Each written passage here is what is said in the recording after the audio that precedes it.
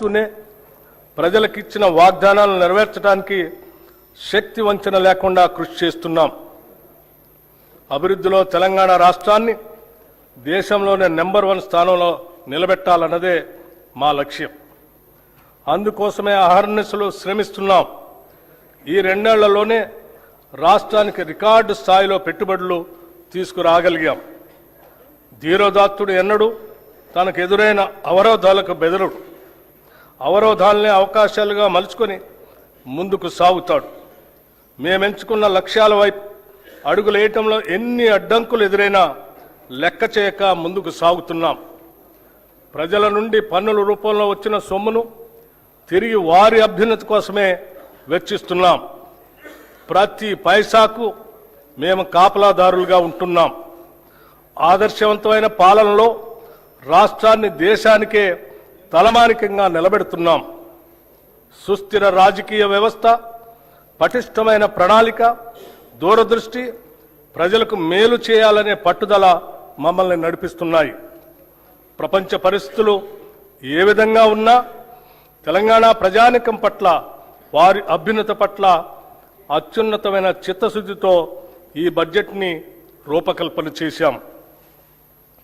అధ్యక్ష, బడ్జెట్ అంటే సంఖ్యల చుట్టూ తిరిగే అంకెలు కాదు, ప్రజల చుట్టూ తిరిగే సంఖ్యలు. బడ్జెట్ ప్రజల జీవన స్థితిగతుల మార్పుకు దోహదపడే లెక్కలు.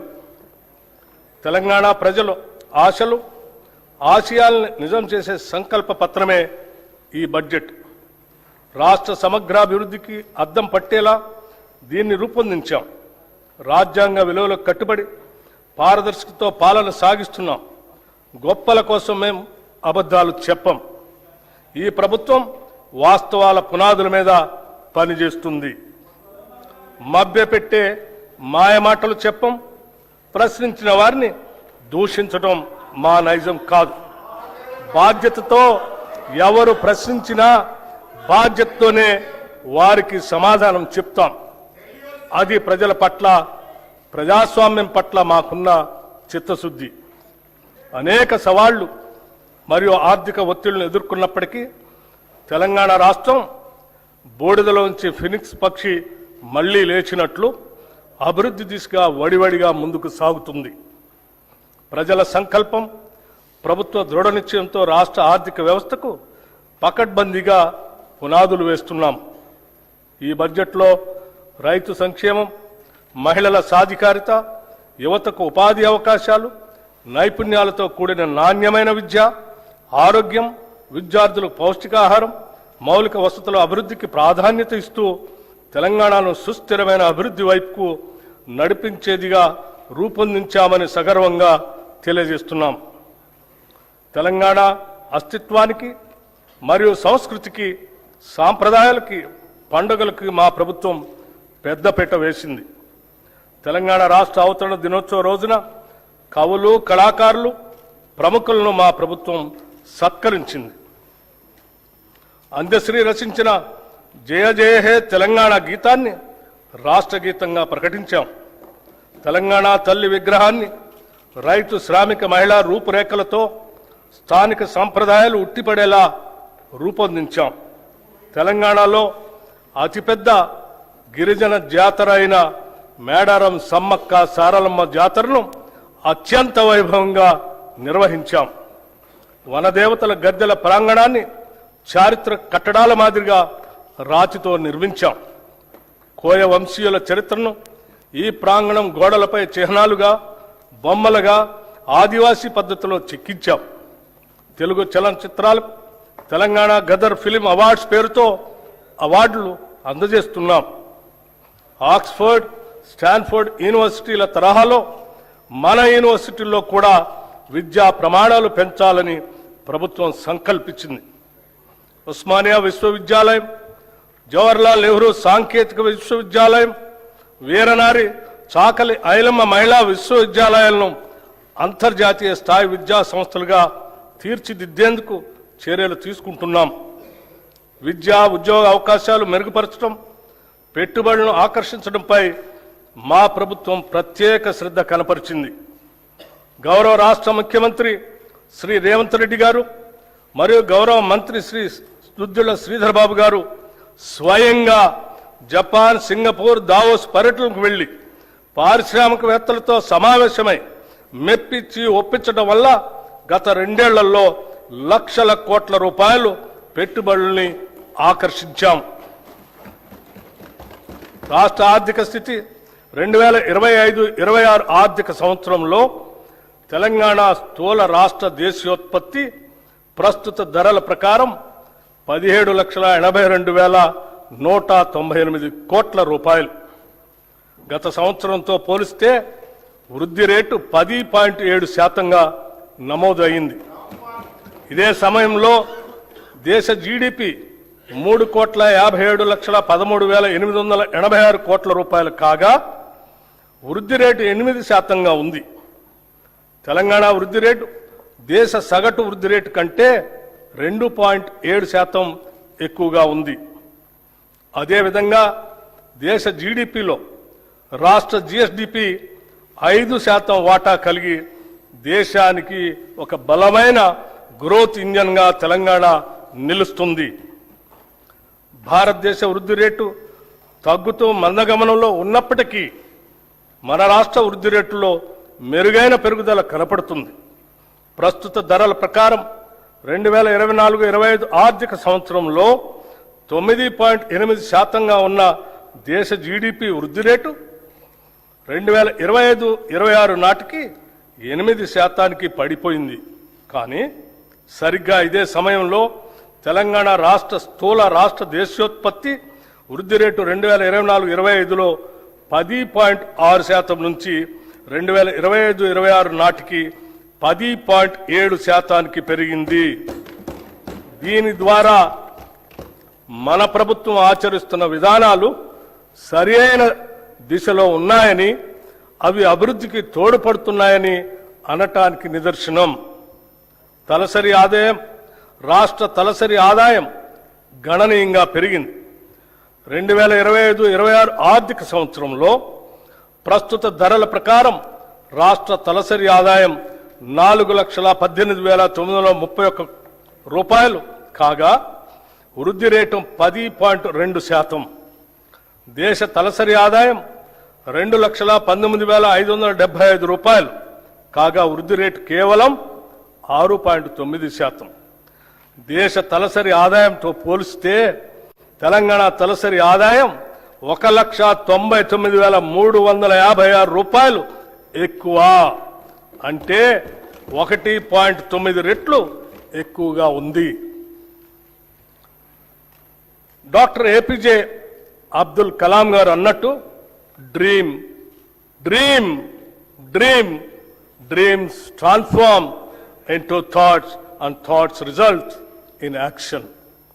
ప్రస్తుతం $200 బిలియన్ గా ఉన్న ఆర్థిక వ్యవస్థను 2034 నాటికి $1 ట్రిలియన్ ఆర్థిక వ్యవస్థగా, 2047 నాటికి $3 ట్రిలియన్ ఆర్థిక వ్యవస్థగా తీర్చిదిద్దే ఒక మహత్తర లక్ష్యాన్ని నిర్దేశించుకున్నాం.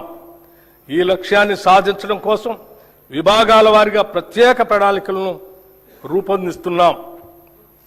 సెంట్రల్ స్పాన్సర్ స్కీమ్స్ గత ప్రభుత్వం 2014 నుంచి 2023 వరకు కేంద్ర ప్రాయోజిత పథకాలు సెంట్రల్ స్పాన్సర్ స్కీమ్స్ నిధులను సరైన రీతిలో వినియోగించలేదు.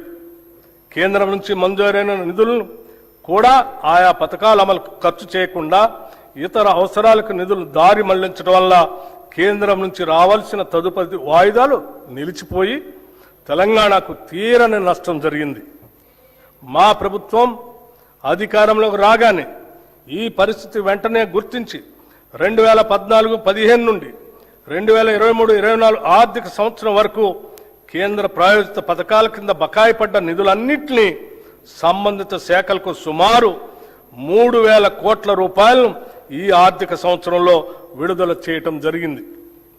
మన రాష్ట్ర అభివృద్ధి కోసం కోఆపరేటివ్ ఫెడరలిజం స్ఫూర్తితో కేంద్ర ప్రభుత్వంతో సత్సంబంధాలు కొనసాగిస్తూ 2021-22 సంవత్సరంలో రాష్ట్రానికి కేంద్ర ప్రాయోజిత పథకాల ద్వారా వచ్చిన నిధులు 4,826 కోట్ల రూపాయలు కాగా మా ప్రభుత్వం ఈ ఆర్థిక సంవత్సరం ఇప్పటిదాకా 7,072 కోట్ల రూపాయలను సాధించింది. ఇదే ఒరవడిని కొనసాగిస్తూ మరిన్ని నిధులను సాధించడానికి రాష్ట్ర ప్రభుత్వం చిత్తశుద్ధితో ప్రయత్నిస్తుంది. అధ్యక్ష, రుణ పునర్వ్యవస్థీకరణ ఏ రాష్ట్రానికైనా ఆర్థిక క్రమశిక్షణ అనేది అభివృద్ధికి మూలాధారం. రాబడికి మించి చేసే అప్పులు ఆ ఆర్థిక వ్యవస్థ మనుగడనే ప్రశ్నార్థకం చేస్తాయి. గత ప్రభుత్వ హయాంలో పరిమితులకు మించి చేసిన అప్పుల కారణంగా రాష్ట్ర ఆర్థిక వ్యవస్థపై తీవ్ర భారం పడింది. ఈ తప్పిదాన్ని సరిదిద్దేందుకు గత ప్రభుత్వం అధిక వడ్డీకి తెచ్చిన రూపాయలు 25,612 కోట్ల రుణాలను తక్కువ వడ్డీకి పునర్వ్యవస్థీకరించింది అని చెప్పడానికి సంతోషిస్తున్నాం. అంతేకాకుండా రుణ చెల్లింపుల వ్యవధిని పెంచి అసలు చెల్లించాల్సిన కాలాన్ని 20 నుంచి 39 సంవత్సరాలకి పొడిగించింది. ఈ రుణ పునర్వ్యవస్థీకరణ ద్వారా 2025-26 నుండి 2031-32 దాకా చెల్లించాల్సిన 34,058 కోట్ల రూపాయల నుంచి 11,915 కోట్లకు తగ్గింది. దీని ద్వారా రాష్ట్రానికి 22,142 కోట్ల రూపాయలు క్యాష్ అవుట్ఫ్లో తగ్గి నగదు వెసులుబాటు కలిగింది. గతంలో TUFIDC సంస్థ 10.2% వడ్డీతో తీసుకున్న 172.02 కోట్లు, తెలంగాణ రోడ్డు డెవలప్మెంట్ కార్పొరేషన్ 9.7% వడ్డీతో తీసుకున్న 2,204.06 కోట్ల రూపాయల రుణాలను 8.6% వడ్డీకి రీస్ట్రక్చర్ చేసుకున్నాం. దీని ద్వారా మొత్తంగా ఈ ఆర్థిక సంవత్సరంలో సుమారు 27,988 కోట్ల అధిక వడ్డీ రుణాలను తక్కువ వడ్డీకి మార్చుకున్నాం. 16వ ఆర్థిక సంఘం కేంద్రానికి పన్నుల రూపంలో మనం ఏటా 1,000 కోట్ల రూపాయల ఆదాయం సమకూరుస్తుంటే తిరిగి కేంద్ర పన్నుల పంపకాల ద్వారా మనకు ఇస్తున్నది మనం కట్టే ప్రతి రూపాయలో సగటున 42 పైసలే. జనాభా నియంత్రణ పాటిస్తూ సొంత రాబడి పెంచుకుంటూ దేశ ఆర్థిక వ్యవస్థ వెన్నెముకగా నిలుస్తున్న రాష్ట్రాలకు ఈ పంపకం ద్వారా తీవ్ర అన్యాయం జరుగుతూ వస్తుంది. ఈ చారిత్రక లోపాన్ని సరిదిద్దేందుకు మన ప్రభుత్వం 16వ ఆర్థిక సంఘం ముందు బలమైన వాదనను వినిపించింది. తద్వారా కేంద్ర పన్నుల పంపకం ఫార్ములాలో కేవలం జనాభా ఆదాయ వ్యత్యాసాల లాంటి అంశాలనే కాకుండా రాష్ట్ర GSDPని కూడా ఒక కీలక కొలమానంగా పరిగణలోకి తీసుకునేలా మెప్పించి ఒప్పించడంలో మన ప్రభుత్వం విజయం సాధించింది. దీని ద్వారా తెలంగాణ వాటాను 2.102% నుండి 2.174%కి పెంచటం జరిగింది. తెలంగాణ రాష్ట్రాన్ని దేశంలోనే భవిష్యత్ ఆర్థిక శక్తిగా అభివృద్ధి చేయాలనే లక్ష్యంతో తెలంగాణ రైజింగ్ గ్లోబల్ సమ్మిట్ 2025ను డిసెంబర్ 8-9 తేదీల్లో హైదరాబాద్లోని భారత్ ఫ్యూచర్ సిటీలో విజయవంతంగా నిర్వహించాం. ప్రధాన రంగాలలో ప్రపంచ స్థాయి పెట్టుబడులను ఆకర్షించడానికి ఈ సమ్మిట్ ఒక ముఖ్య వేదికగా నిలిచింది. ప్రపంచవ్యాప్తంగా సుమారు 2,000 మంది అంతర్జాతీయ ప్రతినిధులు, పెట్టుబడిదారులు, విధాన రూపకర్తలు, ఆర్థిక నిపుణులు, సాంకేతిక రంగ నిపుణులు ఈ సమ్మిట్లో పాల్గొన్నారు. ఈ సమ్మిట్లో నోబెల్ బహుమతి గ్రహీతలు ఆర్థికవేత్త శ్రీ అభిజిత్ బెనర్జీ, సామాజికవేత్త శ్రీ కైలాష్ సత్యార్థి, RBI మాజీ గవర్నర్లు శ్రీ దువ్వూరి సుబ్బారావు, శ్రీ రఘురామ్ రాజన్, ఆర్థికవేత్త శ్రీ అరవింద్ సుబ్రహ్మణ్యన్, యునైటెడ్ కింగ్డమ్ మాజీ ప్రధాని Shri Tony Blair, World Economic Forum ప్రతినిధి శ్రీ జెర్మీ జగ్గన్స్ వంటి ప్రముఖులు పాల్గొన్నారు. అదేవిధంగా పరిశ్రమల రంగం నుంచి శ్రీ శంతన్ నారాయణ్, శ్రీ ఆనంద్ మహేంద్ర, శ్రీ ప్రేమ్ వాట్సా, శ్రీ ఎరిక్ స్వైడర్ వంటి ప్రముఖ పారిశ్రామికవేత్తలు కూడా పాల్గొన్నారు. ఈ సమ్మిట్ సందర్భంగా తెలంగాణ రైజింగ్ విజన్ 2047 పత్రాన్ని అధికారికంగా విడుదల చేయటం జరిగింది. ఈ విజన్ పత్రం క్యూర్, ప్యూర్, రేర్ అనే 3 ప్రాంతాల ఆధారంగా సమతుల్య సుస్థిర అభివృద్ధి సాధించడానికి రాష్ట్ర దీర్ఘకాలిక అభివృద్ధి వ్యూహాన్ని ప్రతిపాదించింది. సమ్మిట్ సందర్భంగా దాదాపు 100 పైబడి ఎంఓయూలు కుదుర్చుకున్నాం. వీటి ద్వారా సుమారు 5,75,000 కోట్ల రూపాయలు పెట్టుబడులు పెట్టడానికి పెట్టుబడిదారులు తమ ఆసక్తిని వ్యక్తపరిచారు. హైదరాబాద్లో సాఫ్రన్ CFM అంతర్జాతీయ ఏరోక్రాఫ్ట్ ఇంజిన్ యొక్క మెయింటెనెన్స్, రిపేర్ మరియు ఓవరాల్ MRO సదుపాయ కేంద్రాన్ని ప్రారంభించడం ఒక చారిత్రాత్మక ప్రభుత్వ విజయం. గౌరవ ముఖ్యమంత్రి శ్రీ రేవంత్ రెడ్డి గారు దావోస్లో next gen life sciences policy 2026-2030ను ఆవిష్కరించారు. ఈ పాలసీ లక్ష్యం 2030 నాటికి ఆర్టిఫిషియల్ ఇంటెలిజెన్స్ పరిశోధనాభివృద్ధి మరియు ఆధునిక తయారీ రంగాల్లో తెలంగాణను ప్రపంచంలో మొదటి 5 లైఫ్ క్లస్టర్లలో ఒకటిగా నిలపటం. ఈ రంగంలో ఇప్పటిదాకా 73,360 కోట్ల పెట్టుబడుల్ని ఆకర్షించాము. దీనివల్ల 1,00,000 మందికి ప్రత్యక్షంగా మరియు 2,50,000 మందికి పరోక్షంగా ఉద్యోగాలు సృష్టించబడతాయి. సింగపూర్కు చెందిన AGIDC, వియత్నాంకు చెందిన వెన్ గ్రూప్, జేసీకి ఇన్ఫ్రా ప్రాజెక్ట్స్ లిమిటెడ్ సంస్థల నుంచి మొత్తం 1,03,500 కోట్ల రూపాయల పెట్టుబడులు వస్తాయి. ప్రణాళికాబద్ధంగా అభివృద్ధి సాధించడానికి, ఈ అభివృద్ధికి ప్రజలను వారసులను చేస్తూ ముందుకు సాగటానికి అంతర్జాతీయ స్థాయిలో ఎక్కడా లేని విధంగా క్యూర్, ప్యూర్, రేర్ అనే 3 ప్రధాన ప్రాంతాలుగా గుర్తించాం. క్యూర్లో సేవా రంగానికి, ప్యూర్లో ఉత్పాదక రంగానికి, రేర్లో వ్యవసాయ మరియు వ్యవసాయ అనుబంధ రంగాలకు ప్రాధాన్యత ఇస్తూ రాష్ట్రాన్ని అభివృద్ధి చేస్తున్నాం. Hyderabad outer ring road ORR లోపల క్యూర్ ప్రాంతంలో technology, artificial intelligence, global capability సెంటర్లు, పరిశోధన, అభివృద్ధి, స్టార్టప్, ఫైనాన్షియల్ సర్వీసెస్ సంస్థలు మరియు ఇతర సర్వీస్ సెక్టార్లను అధిక విలువైన సేవల కేంద్రంగా అభివృద్ధి చేయాలని నిర్ణయించాం. తెలంగాణలో పట్టణ జనాభా 2031 నాటికి 53.8% చేరుకునే అవకాశం ఉంది. ఈ నేపథ్యంలో క్యూర్ ప్రాంత పరిధిని కాలుష్యరహితంగా నెట్ జీరో మార్చేందుకు కావలసిన అన్ని చర్యలు తీసుకుంటున్నాం. సందర్భంగా health policy, Hyderabad industrial lands transformation పాలసీని కింద కాలుష్య కారక పరిశ్రమలను ORR బయటికి తరలించేందుకు మరియు సింగిల్ యూజ్ ప్లాస్టిక్ వినియోగాన్ని నిషేధించేందుకు చర్యలు తీసుకుంటున్నాం. క్యూర్ పరిధిలో ప్రస్తుతం ఉన్న పెట్రోల్, డీజిల్ ఆటోలను రెట్రో ఫిట్టింగ్ ద్వారా ఎలక్ట్రిక్ వాహనాలుగా ప్రభుత్వ ఖర్చుతో మారుస్తాం. Peri urban region economy, outer ring road, regional ring road మధ్య ప్రాంతాన్ని మ్యానుఫ్యాక్చరింగ్ హబ్గా అభివృద్ధి చేయాలని లక్ష్యంగా పెట్టుకున్నాం. ఈ ప్రాంతంలో తయారీ పరిశ్రమలు, MSME క్లస్టర్లు, లాజిస్టిక్ హబ్లు, పారిశ్రామిక పార్కులు ఏర్పడేలా చర్యలు తీసుకుంటాం. దీని ద్వారా ముఖ్యంగా పెద్ద ఎత్తున ఉద్యోగాలు సృష్టించబడతాయి. ఈ ప్రాంతం తెలంగాణ ఆర్థిక వ్యవస్థకు తయారీ కేంద్రంగా, మ్యానుఫ్యాక్చరింగ్ ఇంజన్గా మారనుంది. రీజనల్ రింగ్ రోడ్ అవతల ఉన్న ప్రాంతాలను వ్యవసాయ వాల్యూ యాడెడ్ ఆర్థిక వ్యవస్థగా ఏర్పాటు చేస్తున్నాం.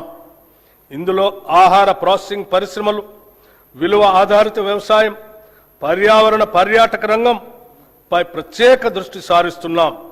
దీని ద్వారా గ్రామీణ ప్రాంతాల ఆదాయం పెరిగి సమగ్ర ప్రాంతీయ అభివృద్ధి సాధ్యమవుతుంది. హైదరాబాద్ అభివృద్ధికి ప్రభుత్వం పలు చర్యలు తీసుకుంటుంది. ఔటర్ రింగ్ రోడ్ అవతల లోపల ఉన్న 20 మున్సిపాలిటీలను, 7 కార్పొరేషన్లను విలీనం చేస్తూ GHMC ప్రాంతాన్ని పరిపాలనా సౌలభ్యం కోసం ప్రభుత్వం పునర్వ్యవస్థీకరించి నగరంలో సమ్మిళిత మరియు సమాన అభివృద్ధిని సాధించే దిశగా మన ప్రభుత్వం జిహెచ్ఎంసీని కొత్త డివిజన్లు మరియు బ్లాకులతో కూడిన గ్రేటర్ హైదరాబాద్, సైబరాబాద్ మరియు మల్కాజ్గిరి అనే 3 నగరపాలక సంస్థలుగా విభజించింది. అనేక పాలనాపరమైన సంస్కరణలతో పాటు ప్రణాళికాబద్ధమైన అభివృద్ధి కోసం సమర్థులైన అధికారుల్ని నియమించడం జరిగింది. ఈ పునర్వ్యవస్థీకరణ ద్వారా పరిపాలనా వికేంద్రీకరణ, స్థానిక స్థాయిలో జవాబుదారీతనం పెంపు, మౌలిక సదుపాయాల అభివృద్ధి మరియు పౌరులకు వేగవంతమైన సేవలు అందుబాటులోకి రానున్నాయి. ఈ 3 మున్సిపల్ కార్పొరేషన్లతో పాటు హైదరాబాద్ మెట్రోపాలిటన్ వాటర్ సంస్థ, హైడ్రా వంటి సంస్థలన్నింటినీ సమన్వయపరిచే ఒక సంస్థను ఏర్పాటు చేయడానికి తగిన చట్ట సవరణ చేయాలని నిర్ణయించాం. ప్రపంచవ్యాప్తంగా అతివేగంగా అభివృద్ధి చెందుతున్న గ్లోబల్ సిటీల జాబితాలో ఇప్పటిదాకా మన దేశంలో ఢిల్లీ, ముంబై వంటి పట్టణాలు మాత్రమే టాప్ 10 లిస్టులో ఉన్నాయి. ఇప్పుడు హైదరాబాద్ కూడా ఆ జాబితాలో చేరబోతున్నది. పోలీస్ కమిషనరేట్ పునర్వ్యవస్థీకరణ గురించి హైదరాబాద్ మహానగర ప్రాంతంలోని పోలీస్ వ్యవస్థ సామర్థ్యాన్ని బలోపేతం చేయటం కోసం ఈ ప్రాంత పోలీస్ వ్యవస్థ పరిధిని హైదరాబాద్, సైబరాబాద్, మల్కాజ్గిరి, ఫ్యూచర్ సిటీ అనే 4 కమిషనరేట్లుగా పునర్వ్యవస్థీకరించాము. హైదరాబాద్ గొప్ప చారిత్రక నగరంగా ప్రపంచవ్యాప్త గుర్తింపు కలిగి ఉంది. ఆనాటి కుతుబ్ షాహీల నుండి నిజాం పాలకుల వరకు ఆధునిక కాలంలో హైటెక్ City, outer ring road, Shamshabad విమానాశ్రయం వంటి అద్భుతాలతో ఈ నగరం నిరంతరం అభివృద్ధి చెందుతూనే ఉంది. నేడు గౌరవ ముఖ్యమంత్రి శ్రీ రేవంత్ రెడ్డి గారి దార్శనిక నాయకత్వంలో తెలంగాణ మరో చారిత్రాత్మక అడుగు వేస్తుంది. అదే 30,000 ఎకరాల్లో ఏర్పాటు చేసిన భారత్ ఫ్యూచర్ సిటీ.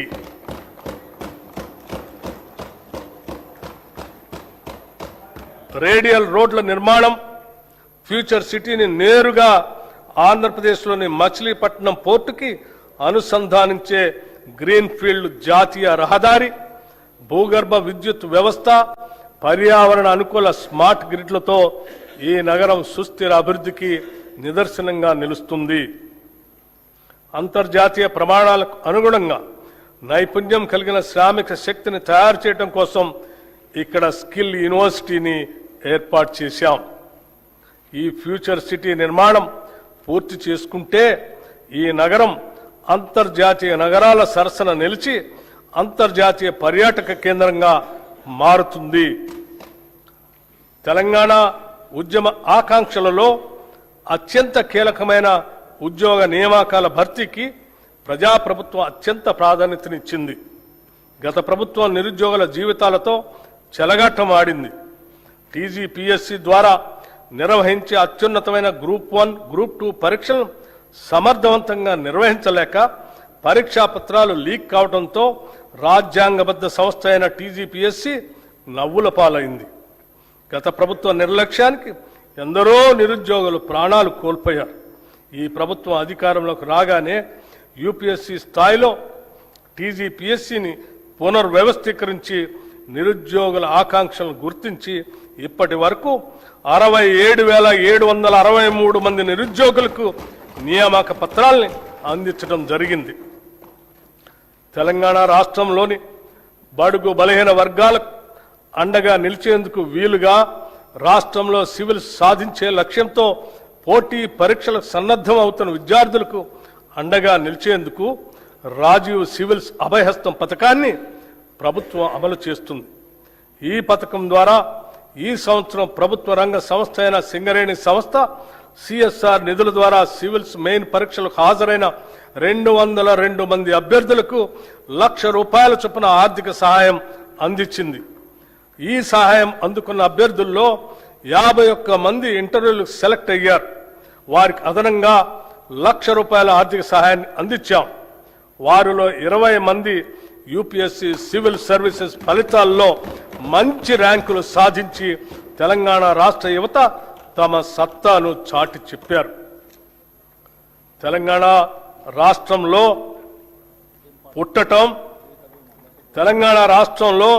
పుట్టటం ఇక్కడ జీవించటం ఒక వరం అనే విధంగా ప్రభుత్వం చర్యలు తీసుకుంటున్నది, సౌకర్యాలు కల్పిస్తున్నది. ఈ ప్రభుత్వం రాష్ట్రంలోని ప్రతి కుటుంబానికి భద్రత కల్పిస్తుంది. ఒక కుటుంబంలో ఆదాయం తెచ్చే వ్యక్తి దురదృష్టవశాత్తు అకస్మాత్తుగా దూరమైతే ఆ కుటుంబం పడే మానసిక వేదన ఒకటైతే వాళ్ళు ఎదుర్కొనే ఆర్థిక విపత్తు మరొకటి. ఒక్క సంఘటనతో ఆ కుటుంబం రోడ్డున పడుతుంది. ఆ భయం, ఆ అభద్రతా భావం ఏ ఒక్క తెలంగాణ బిడ్డకు ఉండకూడదన్నదే మా ప్రభుత్వ సంకల్పం. ప్రపంచంలోని ఏ అభివృద్ధి చెందిన దేశానికి సాధ్యం కాని రీతిలో కని విని ఎరుగని ఒక మహత్తర జీవిత బీమా పథకానికి ఈ బడ్జెట్లో శ్రీకారం చుడుతున్నాం. సామాజిక అంతరాలతో సంబంధం లేకుండా పేద మధ్యతరగతి ధనిక అనే తేడా చూడకుండా రాష్ట్రంలోని 1,15,00,000 కుటుంబాలకు ప్రతి కుటుంబానికి 5 లక్షల రూపాయల జీవిత బీమా అందించే విధంగా జూన్ 2, 2026 నుండి ఇందిరమ్మ కుటుంబ జీవిత బీమా పథకంను నూతనంగా ప్రవేశపెడుతున్నాం.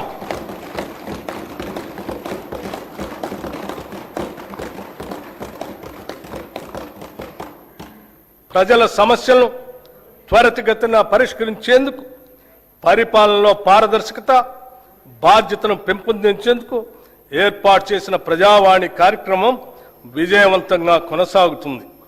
హైదరాబాద్లో ఉన్న మహాత్మా జ్యోతిబా పూలే ప్రజాభవన్లో ప్రజల వినతులను నేరుగా సమర్పించే అవకాశాన్ని కల్పించాం. ప్రభుత్వం అమలు చేస్తున్న సంక్షేమ పథకాలు, చేపడుతున్న అభివృద్ధి కార్యక్రమాలను ప్రజలకు మరింతగా చేరువ చేయాలనే సంకల్పంతో రాష్ట్రంలో ప్రజాపాలన ప్రగతి ప్రణాళిక పేరుతో 99 రోజుల కార్యక్రమాన్ని ప్రభుత్వం రూపొందించింది. ఈ కార్యక్రమం 2026 మార్చి 6 నుంచి జూన్ 12 వరకు సాగుతుంది.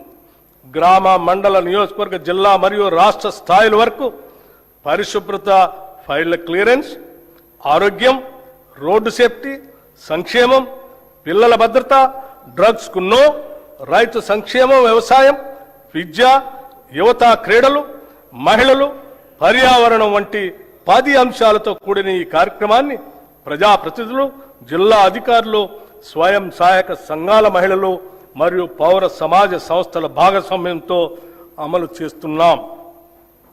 గత ప్రభుత్వం అట్టహాసంగా తెచ్చిన ధరణితో రైతులు అలివికాని కష్టాలు ఎదుర్కొన్నారు. ఈ భూ సమస్యలకు శాశ్వత పరిష్కారం కోసం ప్రభుత్వం తెలంగాణ భూభారతి చట్టం 2025ను అమలు చేసింది. ఈ చట్టం ద్వారా ప్రత్యేకమైన భూమి గుర్తింపు వ్యవస్థతో పాటు ఆర్టిఫిషియల్ ఇంటెలిజెన్స్ ఆధారిత భూమిత్ర చాట్ బాట్ను కూడా ప్రవేశపెట్టింది.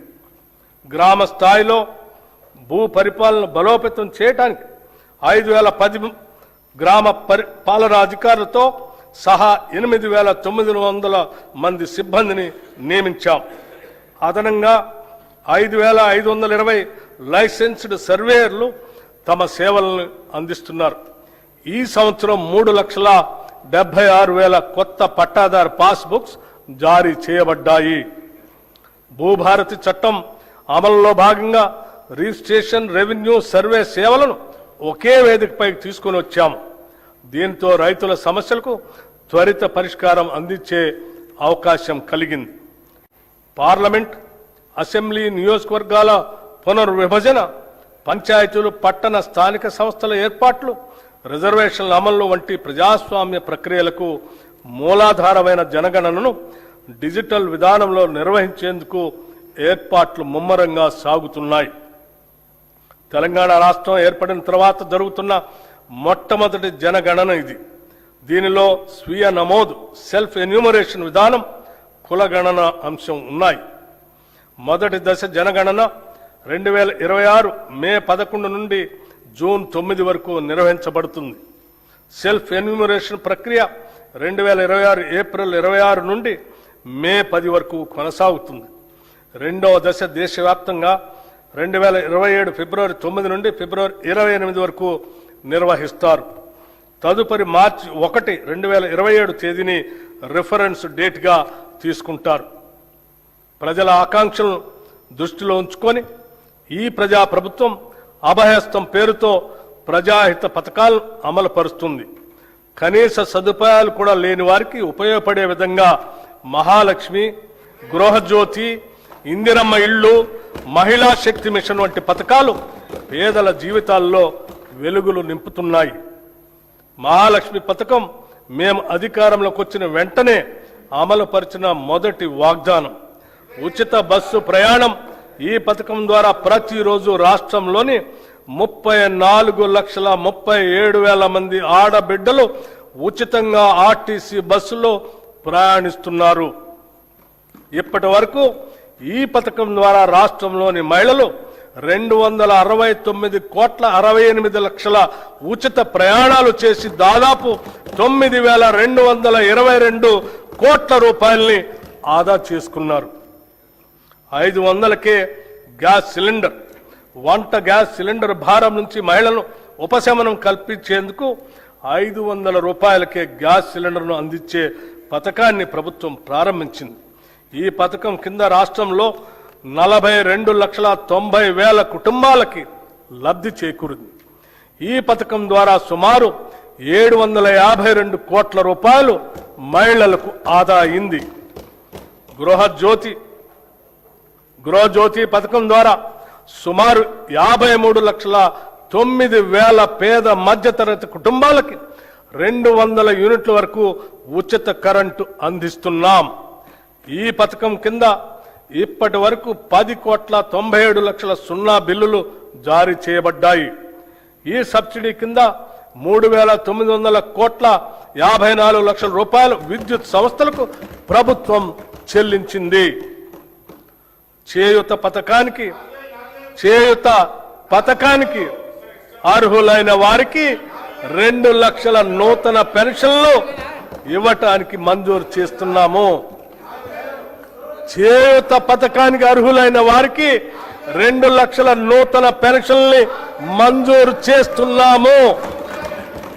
రాష్ట్రంలోని ఐకేపీ సంఘాల్లోని 1 కోటి మంది మహిళలను కోటీశ్వరం చేయాలనేది మా ప్రభుత్వ సంకల్పం.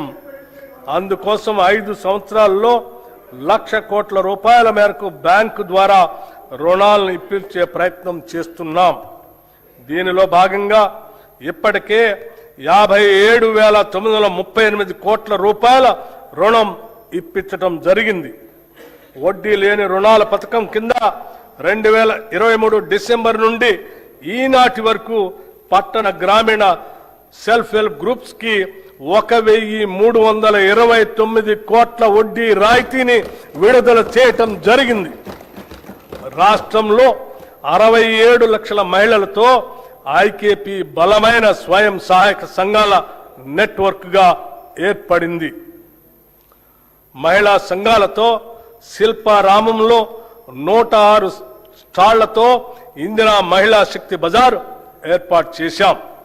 ఈ సముదాయం యొక్క ఉత్పత్తులు 7,68,00,000కి చేరాయి. సెల్ఫ్ హెల్ప్ గ్రూప్స్ ద్వారా 600 బస్సులను కొనుగోలు చేసి టీజీఎస్ఆర్టీసీకి అద్దెకి ఇవ్వటానికి ప్రభుత్వం నిర్ణయించి మొదటి దశలో 177,84,00,000 రూపాయలతో 494 బస్సుల్ని కొనుగోలు చేసింది. నారాయణపేట మరియు సంగారెడ్డిలో 2 పెట్రోల్ బంకులు ఏర్పాటు చేశాం. 28 పెట్రోల్ బంకుల ఏర్పాటు పురోగతిలో ఉన్నాయి. మహిళా సాధికారతను మరింత బలోపేతం చేయడానికి ఇప్పటికే ఉన్న 10 జిల్లాలకు అదనంగా 22 జిల్లాల్లో ఇందిరా మహిళా శక్తి భవనాలు ఏర్పాటు చేస్తున్నాము. మారుమూల ప్రాంతాల్లో ఉన్న షెడ్యూల్ తెగల వారికి 12,600 కోట్ల రూపాయల బడ్జెట్తో ఇందిరా సవర గిరి జల వికాసం పథకం ద్వారా 100% సబ్సిడీతో సోలార్ పంప్ సెట్లు అందించి వారి పురోగతికి ఇదోతికంగా తోడ్పడతాం. 6 లక్షల ఎకరాల పోడు భూముల్లో అటవీ ఉత్పత్తులకు సంబంధించిన తోటల పెంపకాన్ని ప్రోత్సహించి 2,10,000 గిరిజన రైతులకు ఈ సౌకర్యం అందిస్తాము. ఈ పథకాన్ని ఇప్పటికే అచ్చంపేటలో పైలట్ ప్రాజెక్టుగా ప్రారంభించాము. దీని విధి విధానాలు అధ్యయనం చేసి రాష్ట్ర వ్యాప్తంగా అమలు చేస్తాం. దేశానికి అన్నం పెడుతున్న రైతు సంక్షేమమే ప్రథమ ప్రాధాన్యతగా మేము భావిస్తున్నాం. రైతులకు ప్రభుత్వం ఇస్తున్న ప్రోత్సాహంతో వ్యవసాయ దిగుబడుల్లో తెలంగాణ రాష్ట్రం దేశంలోనే మొదటి స్థానంలో నిలిచింది. రైతులకు పెట్టుబడి సహాయం కోసం రైతు భరోసా పథకం ద్వారా ప్రతి సీజన్కు ఎకరాకి 6,000 చొప్పున 2 పంటలు కలిపి సంవత్సరానికి 12,000 రూపాయలు సహాయం అందిస్తున్నాం. రైతులకు మద్దతు ధరనివ్వటం కోసం వారికి ప్రోత్సాహకంగా సన్న వడ్లకు క్వింటాకు 500 రూపాయల చొప్పున అందజేస్తూ ప్రభుత్వం వారికి అండగా నిలుస్తుంది. దీని ద్వారా ప్రతి ఎకరానికి రైతుకు సగటున దాదాపు 25 క్వింటాళ్లు దిగుబడి వస్తుందని పరిగణిస్తే ఒక్క సీజన్కు ఎకరానికి రైతుకు సుమారు 12,500 రూపాయలు ఆదాయం వస్తుంది. దీని వలన రైతుకు సంవత్సరానికి 2 పంటలు కలిపి 25,000 రూపాయలు అధిక ఆదాయం ఎకరానికి లభిస్తుంది. 2024-25 సంవత్సరంలో 284,16,000 మెట్రిక్ టన్నుల వరి 1,27,00,000 ఎకరాల్లో పండింది. ఫిలిప్పైన్స్ కు 22,750 మెట్రిక్ టన్నుల బియ్యం తెలంగాణ నుంచి ఎగుమతి చేయటం జరిగింది. దీని ద్వారా మన బియ్యానికి డిమాండ్ పెరిగి రైతాంగానికి మరింతగా మద్దతు ధర లభించింది. రాష్ట్రంలో ఉద్యాన పంటల విస్తీర్ణం సుమారు 13 లక్షల ఎకరాలుగా ఉంది. మామిడి, సీతాఫలం, మిరప, పసుపు, నారింజ వంటి పంటల అభివృద్ధికి మా ప్రభుత్వం ప్రాధాన్యత ఇస్తుంది. 79,287 మంది రైతులు 2,90,466 ఎకరాల్లో ఆయిల్ పామ్ పంటను సాగు చేస్తున్నారు. ఈ పంటను మరో 68,000 ఎకరాల్లో విస్తరించేందుకు ప్రణాళిక రూపొందించాం.